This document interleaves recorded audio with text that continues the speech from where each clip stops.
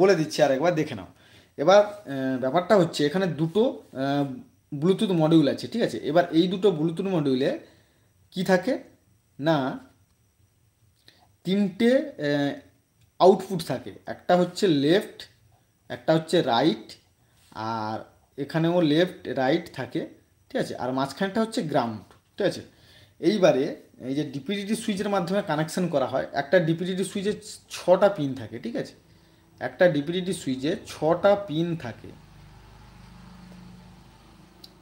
এবার 6টা পিন হচ্ছে যখন আমি ওপরের দিকে দিব তখন কি হবে না এই মিডিল পিনটা হচ্ছে কমনের সঙ্গে 1 নাম্বার পিনের ওপরের পিনের কানেকশন হবে।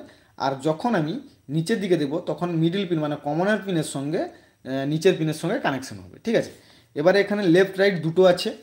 এবারে আমি একটা ব্লুটুথ মডিউলের লেফট এখানে দিলাম, ঠিক আছে, আর রাইটটা এখানে দিয়ে দিলাম, ঠিক আছে। এইবারে 2 নম্বরটা কি করব না 2 নম্বরটাও একইভাবে লেফটটা কোথায় দিব না লেফটটা দিয়ে দেব এদিকে, আর রাইটটা দিয়ে দেব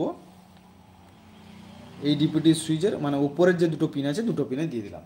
এর ফলে কি হবে না দুটো আউটপুট পাওয়া যাবে মিডিল পিন থেকে, একটা এদিকেরটা হচ্ছে লেফট আউটপুট আর এদিকেরটা হচ্ছে রাইট আউটপুট, ঠিক আছে, রাইট আউট। এবারে দুটো পাওয়া গেল। এবার এই যে গ্রাউন্ডগুলো থাকবে গ্রাউন্ডগুলো একসঙ্গে যুক্ত হয়ে সার্কিটের সঙ্গে